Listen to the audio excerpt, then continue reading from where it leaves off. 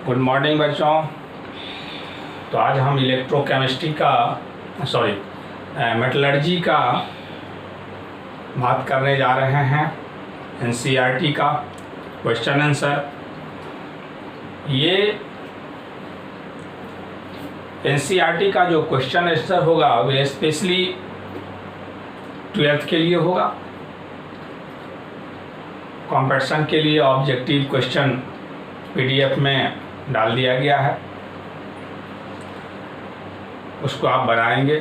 तो यदि आज एनसीईआरटी फिनिश हो जाता है तो नेक्स्ट रोज हम उसका भी डिस्कशन कर देंगे, नीट जेई का। तो देखें सबसे फर्स्ट क्वेश्चन कहा जा रहा है 6.1 है। कॉपर, तो फर्स्ट क्वेश्चन है copper can be extracted by hydrometallurgy but not zinc. ये जो कॉपर है ये हाइड्रोमेटलर्जी के द्वारा एक्सट्रैक्टेड होता है लेकिन जिंक नहीं होता है। अब हाइड्रोमेटलर्जी का मतलब क्या होगा? जो वैसा मेटलर्जी, वैसा प्रोसेस जिसमें वाटर इन्वॉल्व हो, मतलब वे प्रोसेस एक्वस सॉल्यूशन में हो। तो इसका जो रिलेशन है, इस क्वेश्चन को अच्छी तरह से समझने के लिए आपको कुछ बात ध्यान रखना है। ये इलेक्ट्रोकेमिस्ट्री में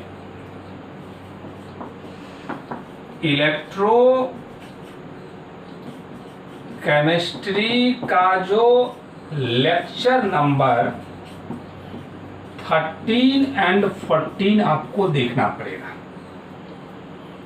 यानी उसी से रिलेटेड है। उसमें एक इलेक्ट्रोकेमिकल सीरीज का बात किया गया, और electrochemical series increasing order of reduction potential, standard reduction potential, या decreasing order of standard reduction potential पे बेस्ड है। एक एलिमेंट को सजाया गया है, अरेंज किया गया है। तो यहाँ पे हमको लिया गया कॉपर और zinc, E0 Zn plus Zn plus से जा रहा है 0। ये एक रिडक्शन प्रोसेस है और ये वैल्यू -0.76 वोल्ट होता है। ये हम कहाँ से लिखे? इलेक्ट्रोकेमिकल सीरीज से। और ये इलेक्ट्रोकेमिस्ट्री के 13 और 14 लेक्चर आपको देखना है, उसमें इसके बारे में मेंशन किया गया है। दूसरा है कॉपर, तो standard reduction potential of copper यदि बात करेंगे तो 0.34 वोल्ट। यहाँ पे यदि ऐसा हो, जो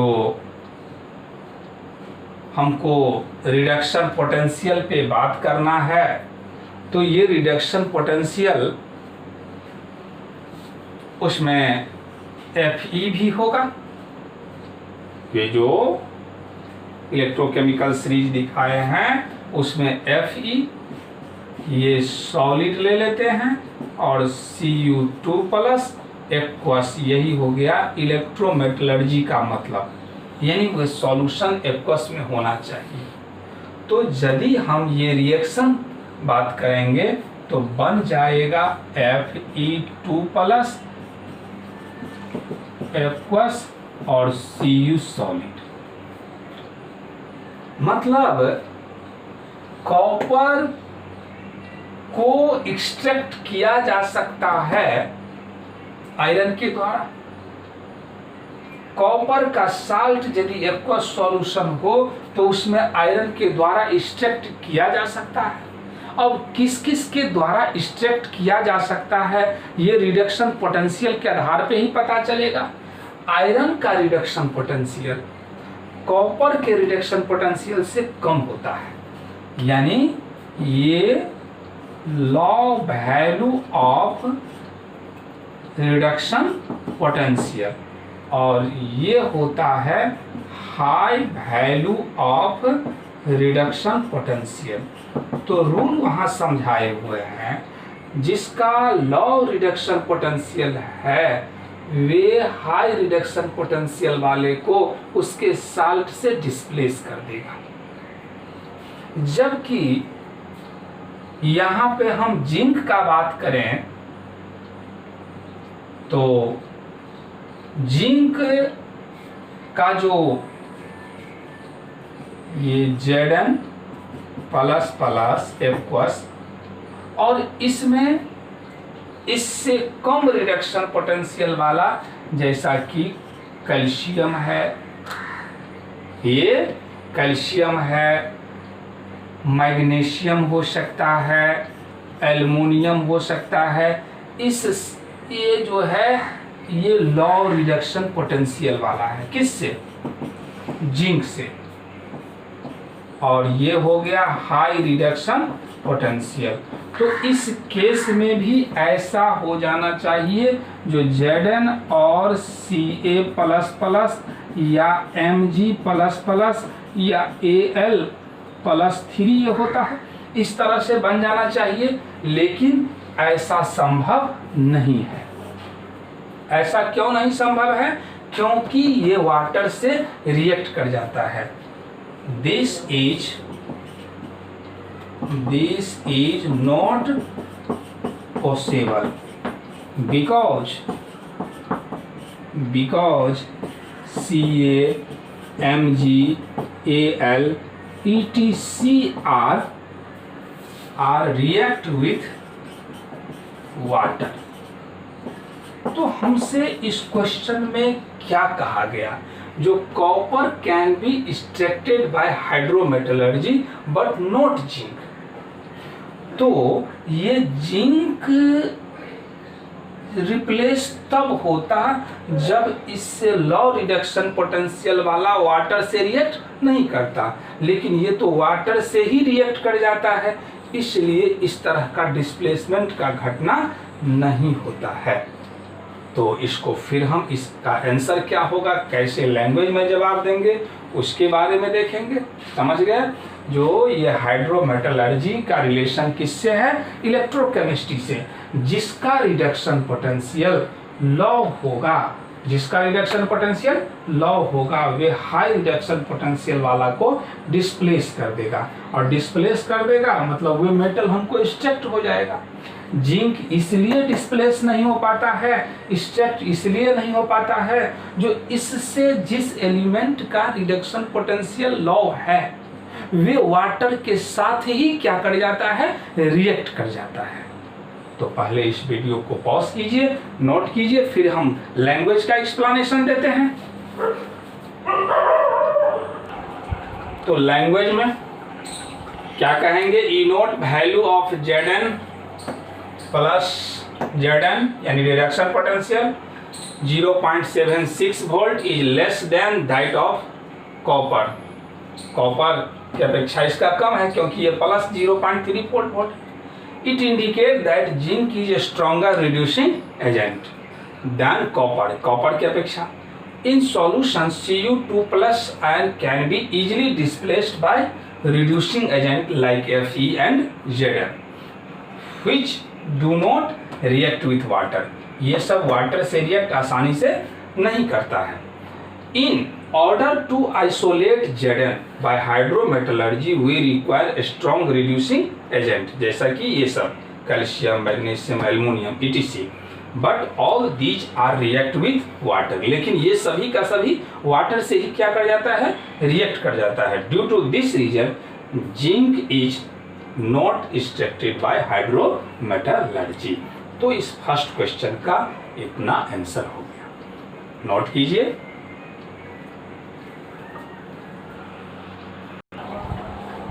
next question 6.2 what is role of depressant? यहाँ डिप्रेसेंट होगा, depressant in froth flotation process. आपसे पूछ दिया गया जो डिप्रेसेंट का डिप्रेसेंट का फ्रॉथ फ्लोटेशन में रूल क्या होगा। तो इसके लिए क्या करना है, सबसे पहले आपको फ्रॉथ फ्लोटेशन देखना है। तो ये हम लोग कहाँ से देखेंगे फ्रॉथ फ्लोटेशन प्रोसेस, तो लेक्चर नंबर 3 मेटलर्जी का लेक्चर नंबर क्या करना होगा 3। सबसे पहले उसमें फ्रॉथ फ्लोटेशन के बारे में समझाया गया है, उसको समझना होगा। उसके बाद हम लोग समझेंगे डिप्रेसेंट। तो आपसे हम फिर रिवाइज करा देते हैं। जो फ्रॉथ फ्लोटेशन प्रोसेस द्वारा सल्फाइड ओर का कंसंट्रेशन होता है, एक वैसा सिचुएशन जिसमें 2 सल्फाइड ओर का कंसंट्रेशन फ्रॉथ फ्लोटेशन प्रोसेस के द्वारा किया जाए, तो उस सिचुएशन में एक वैसा बाहरी केमिकल एजेंट का यूज करते हैं ताकि दोनों में से एक को रिड्यूस कर दे, मतलब एक के साथ वे केमिकल एजेंट कंबाइन कर जाए और दूसरे को छोड़ दे। तो जैसा कि वहाँ पे ZnS और PbS लिए हैं, और ZnS और PbS में जो डिप्रेसेंट का काम करता है वे NaCN क्या काम करता है, ZnS के साथ कॉम्प्लेक्स बना देता है और PbS को छोड़ देता है। तो इस तरह से ये PbS जो है फ्रॉथ फ्लोटेशन प्रोसेस में वे सेपरेट किया जा सकता है। समझ गए बात को। जो जहां कहीं भी 2 सल्फाइड ओर लिया जाए उसमें से किसी एक को ही सेपरेट कर सकते हैं, उसके लिए हम बाहर से कोई केमिकल रिएजेंट यूज करते हैं और वे रिएजेंट डिप्रेसेंट के नाम से जाना जाता है। तो सबसे पहले तो आपको समझ लेना है लेक्चर नंबर 3 में। आप उसके बाद फिर जो ये लैंग्वेज दे रहे हैं उस लैंग्वेज को एक्सप्रेस करना है।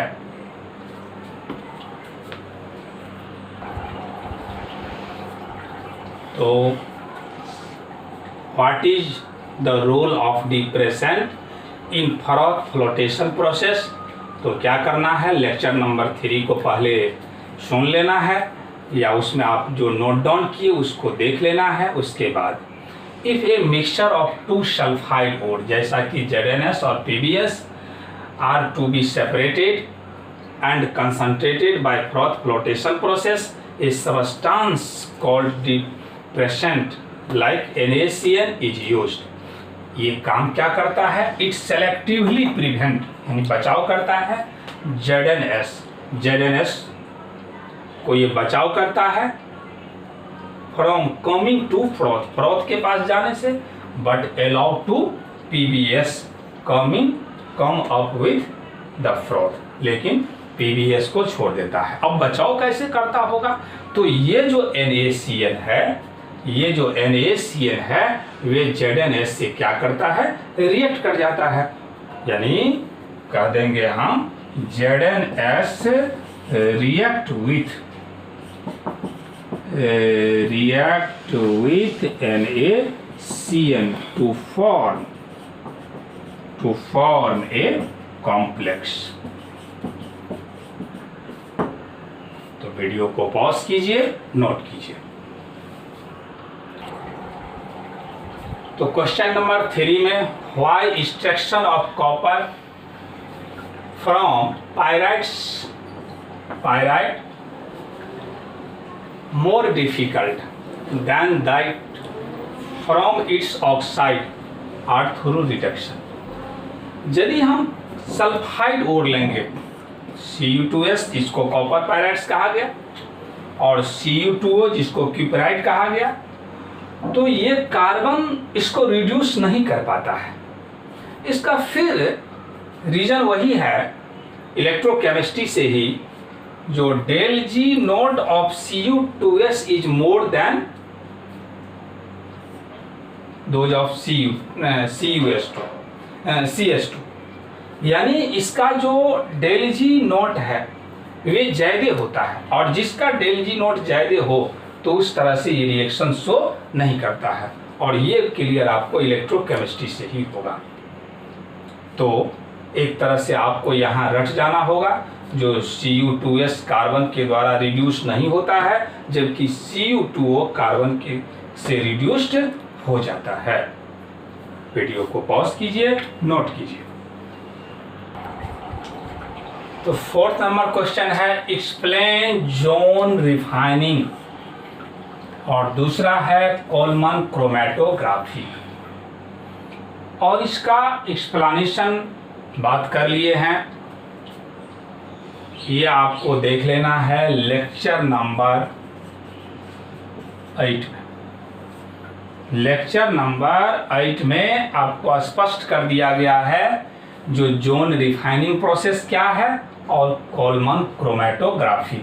जितना वहाँ पॉइंट एक्सप्रेस किए हैं वही इसका आंसर बन जाएगा, तो इसमें एक्सप्रेस करने का कोई ज़रूरत नहीं है। 5th number question, out of C and CO which is better reducing agent।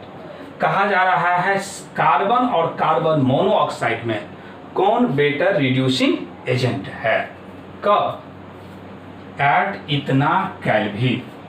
तो अगेन जहाँ पे हम इलिंघम डायग्राम का बात किए हैं, और भी इलिंघम डायग्राम कितना से रिलेटेड है, तो लेक्चर नंबर 5 लेक्चर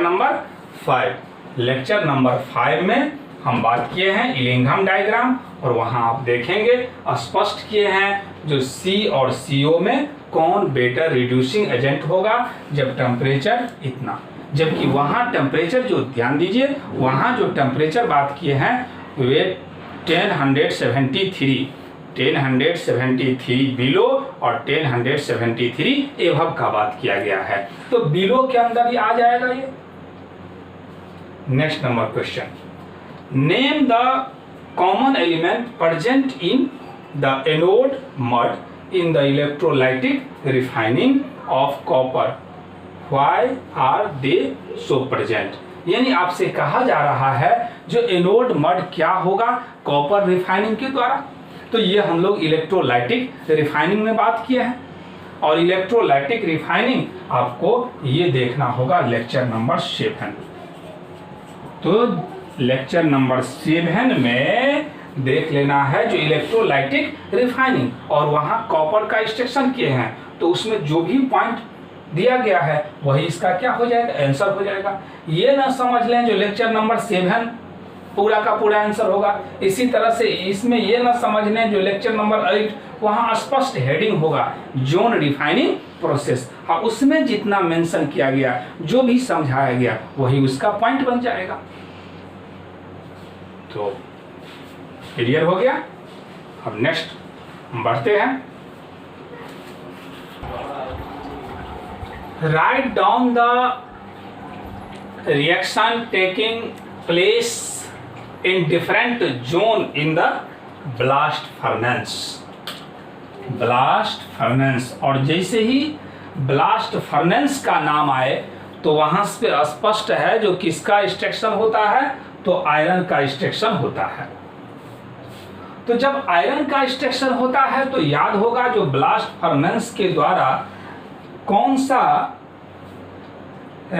मेटल का एक्सट्रैक्शन होता है, तो आयरन का, और उससे मिला हुआ आयरन को हम लोग कौन सा आयरन कहते हैं, पिग आयरन कहते हैं। और पिग आयरन सबसे बैड क्वालिटी का आयरन है, और पिग आयरन को हीट करके बदल दिया जाता है कास्ट आयरन में, और कास्ट आयरन से फिर रॉट आयरन में। और ये बात सब हम कहाँ पे किए हैं, तो लेक्चर नंबर 6 में, यानी लेक्चर नंबर 6 में स्पष्ट हेडिंग है एक्सट्रैक्शन ऑफ आयरन, और वहाँ पे सिर्फ आयरन का ही बात किए हैं, इसीलिए जो भी आंसर होगा ब्लास्ट फर्नेस का फोटो है वे देता है। नेक्स्ट नंबर क्वेश्चन चलते हैं। Right chemical reaction taking place in the extraction of zinc from zinc blende.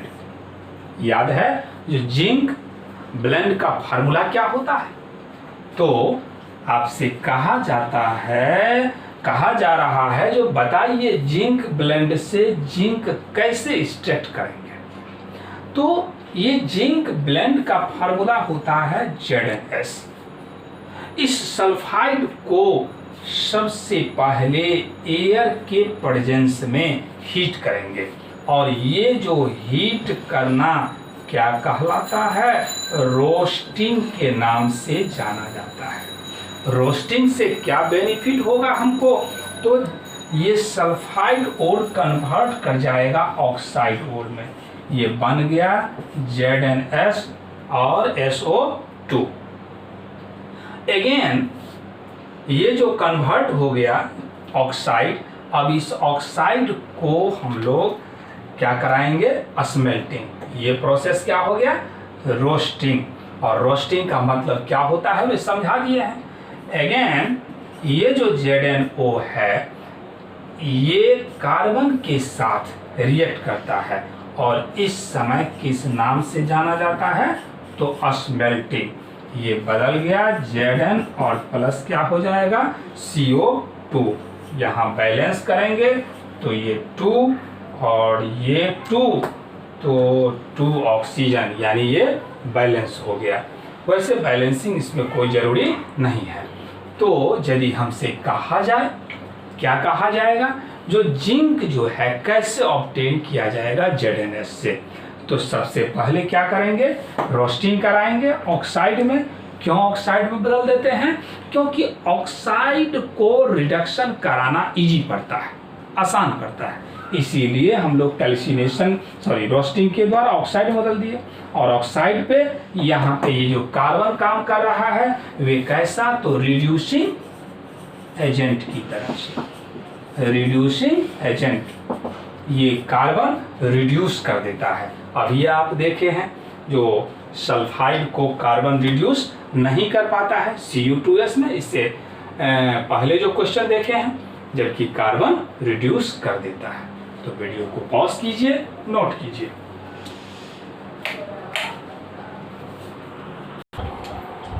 State the role of silica, state the role of silica in the metallurgy of copper. याद है, यदि आपसे हम कहें state the role of CaIO या यूं कहें limestone in the metallurgy of iron, तो क्या जवाब होगा, जो वहां जो कैल्शियम ऑक्साइड ब्लास्ट फर्नेस में एक फ्लक्स की तरह से काम किया था, जो कि सिलिका को रिमूव कर दिया गया था। जस्ट ऐसा ही यहाँ है, जो सिलिका एक्ट एज फ्लस्क। क्या है फ्लस्क, वैसा केमिकल सबस्टांस, वैसा बाहर से ऐड किया गया सबस्टांस जो गैंग को, इम्प्यूरिटीज को रिमूव कर दे, उसको ही नाम रखा गया फ्लस्क। तो कॉपर के एक्सट्रैक्शन के दौरान सिलिका काम करता है फ्लस्क की तरह से, जो कि रिमूव कर देता है इम्प्यूरिटीज, और उसमें इम्प्यूरिटीज कौन रहता है, iron oxide. Remaining matter silicate, और बच जाता है सिलिकेट। तो यदि इसका रिएक्शन हम बात करें तो ये FeO किसके दौरान, ये है गैंग, इसको हम क्या कहेंगे, गैंग। और SiO2 ये क्या है, सिलिका। और सिलिका तो है लेकिन ये मेटलर्जी के हिसाब से क्या है, फ्लस्क। और जब फ्लस्क और गैंग दोनों मिलता है तो बनता है स्लैग। तो यहाँ बन जाएगा FeSiO3। वहाँ क्या हम देखें, CaSiO3 ब्लास्ट फर्नेस में बनता है स्लैग। ये जो स्लैग बना वे CaSiO3, लेकिन कॉपर के एक्सट्रैक्शन के दौरान बनता है FeSiO3।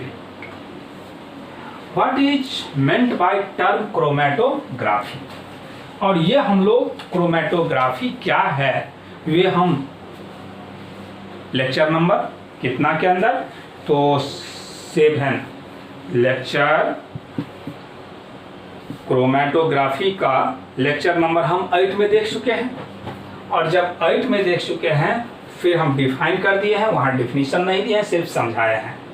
तो अब देखिए definition, it is defined as the technique of separating the component of a mixture in which separation is achieved by different movement of individual component through stationary phase। वहाँ हम आपको समझाए हैं, जो मिक्सचर को हम क्या करेंगे, पिपेट के द्वारा जैसे ही डालेंगे तो वे डिफरेंट, ये जो जैसे ही पिपेट के द्वारा डालेंगे तो एडजॉर्वेंट पे जाकर के एडजॉल्व हो जाएगा, और फिर उस पे सॉल्वेंट तो अलग अलग कलर मिला था। वही बात यहाँ पे मेंशन कर दिए। वीडियो को पॉज कीजिए, नोट कीजिए।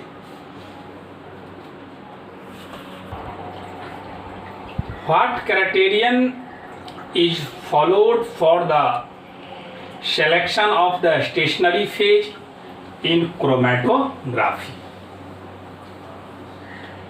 किस तरह का उसमें क्राइटेरियन होता है? तो different component to be separated from the given mixture should be able to differently adsorb. आपको देखना होगा उस लेक्चर में, जो जैसे ही हम ड्रॉप किए तो वे डिफरेंट फॉर्म में एडजॉर्ब हो जाता है ऑन द एडजॉर्बेंट, जैसा कि सिलिका और alumina gel. The stationary phase should be immovable, immovable होगा, इमूवेबल, ये फिक्स होता है, और इमिसेबल यानी जैसे ही हम लोग मिक्सचर को क्या किए थे, उस पिपेट के सहारे डाले थे, तो वहां पे जो एडजॉर्वेंट था, जैसा कि आपको समझाए थे, जो बोर्ड मेरा एडजॉर्वेंट है और ये जो इंक है वे एडजॉर्बेट है, एडजॉर्ब हो जाता है। तो ये बोर्ड तो अस्थाई है, ये बोर्ड फिक्स है, लेकिन इसमें जो हम जैसे ही ड्रॉप किए तो वे ड्रॉप अलग अलग लेयर में आ गया, और अगेन हम सेपरेट कर लेते हैं। Describe the method for the refining of nickel. और निकेल का रिफाइनिंग हम लोग बात कर लिए हैं, ये लेक्चर नंबर 8 में आपको बताए हैं, जो कौन सा प्रोसेस, मॉन्स प्रोसेस के द्वारा। तो जितना वहाँ पे पॉइंट आउट किए हैं वही यहाँ पे एक्सप्रेस कर देना है। लेक्चर नंबर 8 में जो स्पष्ट हेडिंग होगा वहाँ पे रिफाइनिंग ऑफ निकेल, ध्यान दें, रिफाइनिंग ऑफ निकेल। और निकेल का जो हम प्यूरिफाई किए हैं उसका नाम है मॉन्स प्रोसेस, मॉन्स प्रोसेस। और ये मॉन्स प्रोसेस में फिर ये एक वेपर फेज का है, जो कि लेक्चर नंबर कितना में है, 8 में। तो वीडियो को पॉज कीजिए, नोट कीजिए।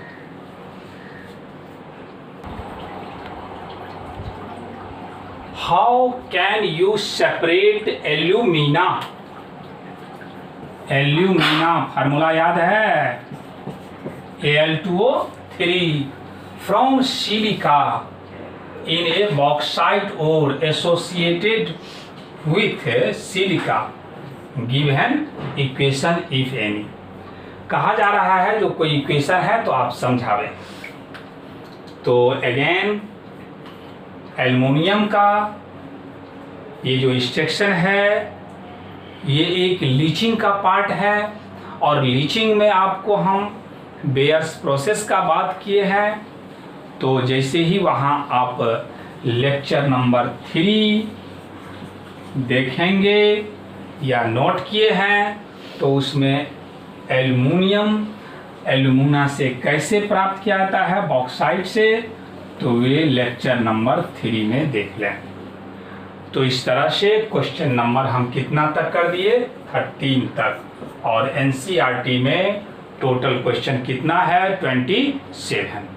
तो अब आपको ये जो लगभग 26-27 मिनट का जो अभी वीडियो है उसको देखने के लिए 1 घंटा चाहिए, क्योंकि जितना भी लेक्चर आपको कहे हैं आप नोट किए हैं तो अच्छी बात है, उससे देखना है, नोट करना है, जो वही आंसर होगा। अदरवाइज नहीं देखे हैं तो फिर आपको सुनना पड़ेगा पीछे वाला। अब नेक्स्ट हम अगले रोज फिर हाफ करेंगे और साथ ही साथ उसमें जो भी जेईई मेन का होगा वे भी कर देंगे।